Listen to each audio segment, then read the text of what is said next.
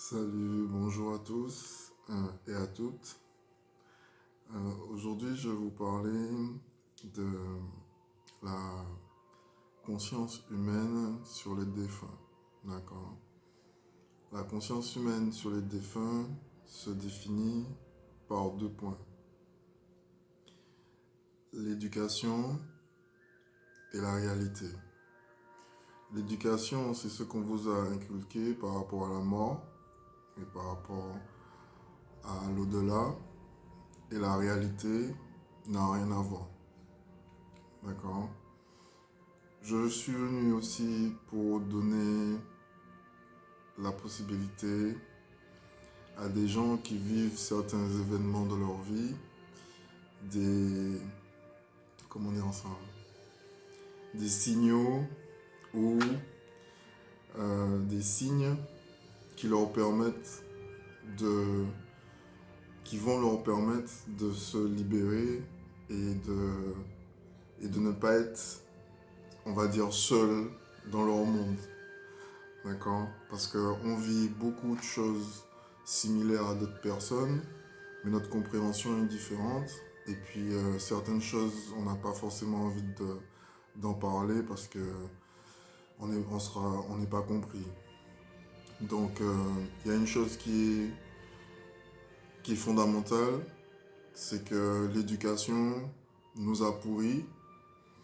Et en grandissant, il y a beaucoup de non-dits en fait qui se révèlent et des mensonges ou des appropriations d'événements qui n'ont pas lieu d'être en fait.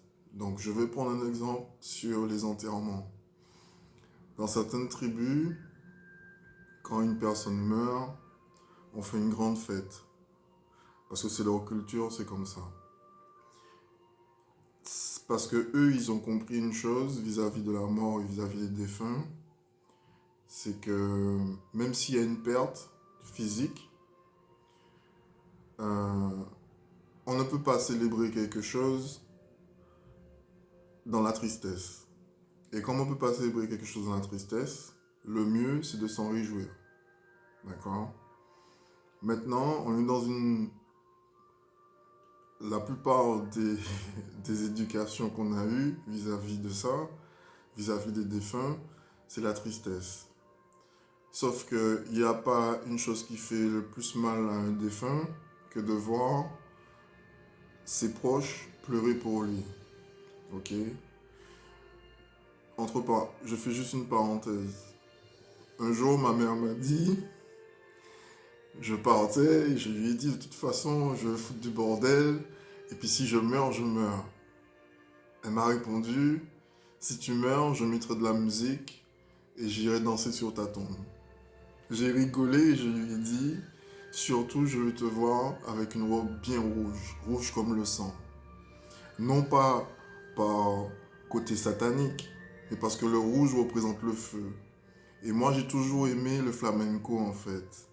Et cette femme qui danse avec cette belle robe sur elle, avec des pas très très forts, très très engagés, très, comment dire ça, très sûrs d'elle, c'était aussi une façon pour moi de matérialiser le fait que c'est pas parce que quelqu'un meurt que ta vie doit s'arrêter.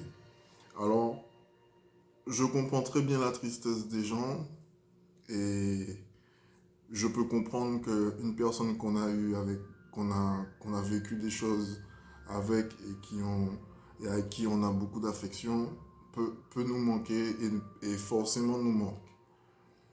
Mais si on part du principe que c'est nous qui sommes restés sur Terre, c'est plutôt eux qui pleurent pour nous. Oui, parce que le plan terrestre n'a rien à voir avec le plan céleste. D'accord? Je ne vais pas vous parler du purgatoire, je ne vais pas vous parler de l'enfer. C'est autre chose. Je vous parle des défunts qui, eux, sont accrochés à des âmes vivantes parce qu'à force, justement, que l'âme vivante, la personne vivante, pleure de chagrin, elles n'arrivent pas à se détacher de ça et elles se sont obligées de rester à côté Tout ça parce que la personne vivante n'entend pas ou bien ne perçoit pas le message des défunts. Les défunts ont deux buts: nous guider et nous apaiser. D'accord? Les autres buts, c'est du superficiel. Parce que de toute façon, même si c'est le but de nous, quand on dit nous protéger par rapport à des choses qui peuvent nous arriver, ça reste toujours de l'amour. Ça veut dire que c'est parce qu'ils ont de l'amour qu'ils nous envoient des messages. La plupart des messages que vous allez recevoir, ce sont des signes qui sont visibles, qui sont sonores, qui sont dus aussi à l'odorat, au goût. Et des fois, on a ce que j'appelle le changement de température. D'accord? Ce qui est visuel le plus souvent, ce sont les nuages. Vous avez aussi les plumes. Vous avez aussi les heures miroirs. Vous avez les chats. Vous avez la plupart des animaux. Vous avez aussi, comment dire ça, une situation dans la journée qui fait que ça vous a arrêté net. Et que ça vous a juste donné une réflexion de peut-être 30 à 40 secondes.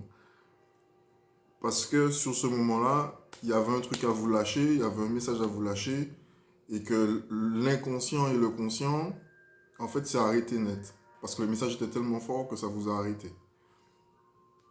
Après, vous avez le goût. Souvent, vous allez avoir dans la bouche le goût d'un repas que vous avez mangé il y a 20 ans, 30 ans ou il y a 10 ans.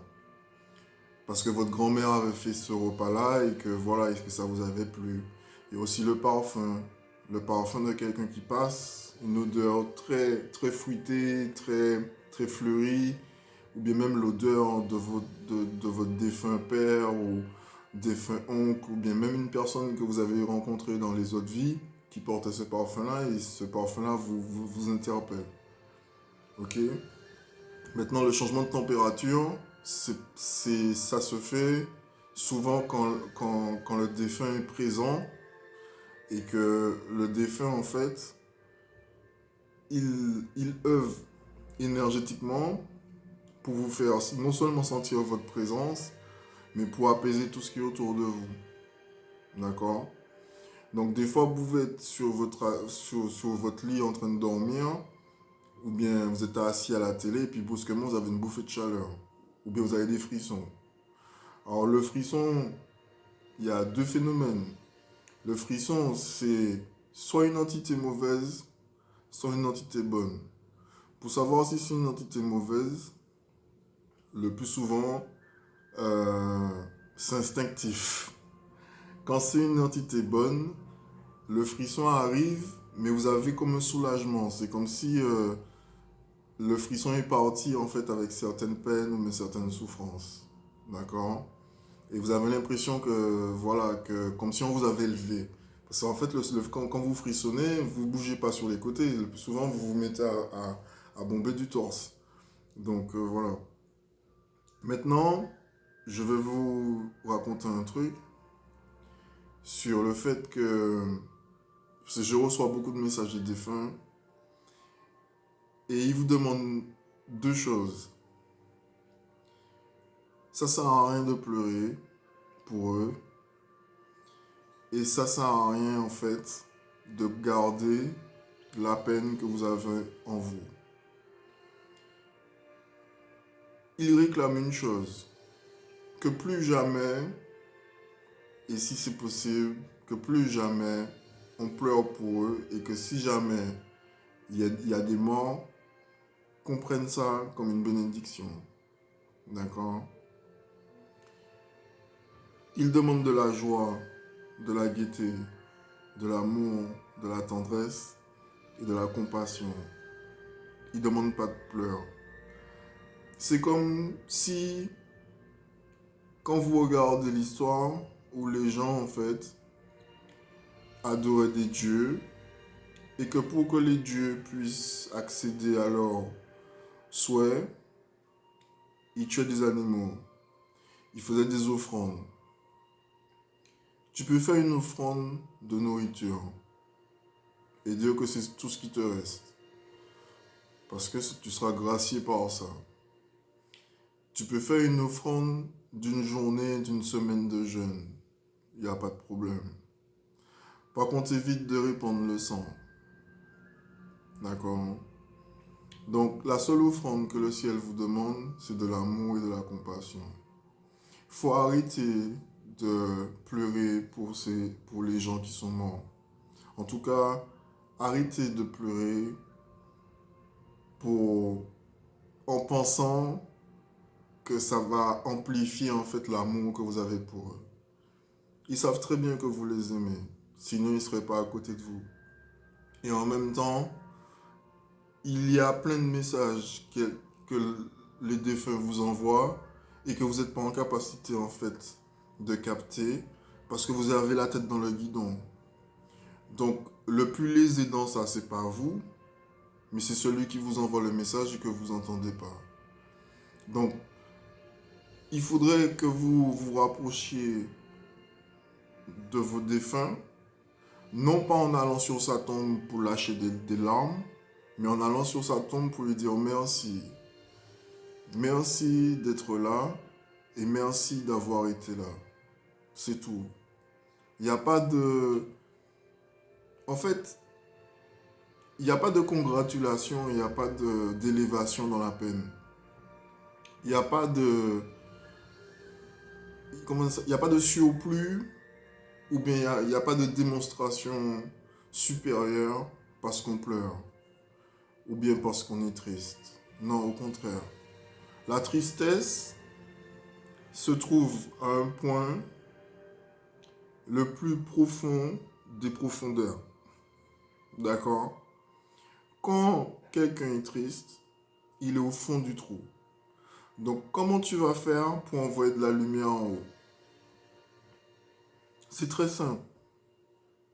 Pour que tu puisses envoyer de la lumière, il faut que tu sois à la limite, encore à la limite du profond, donc de la noirceur, et du soleil. Ok? On ne te demande pas d'être un soleil, mais il faut que tu sois à la limite. Si tu es en dessous, c'est mort. Si tu es au-dessus, c'est mieux. Voilà. Ça veut dire qu'à un certain moment, arrêtez d'être triste pour les défunts. Arrêtez d'être triste pour les gens qui sont morts. D'accord? Il faut arrêter de faire ça. Parce qu'en ce moment, ils ont beaucoup de mal à discuter avec vous. Ils ont beaucoup de mal à vous faire comprendre. Alors même s'il y en a qui comprennent, même s'il y en a qui sont...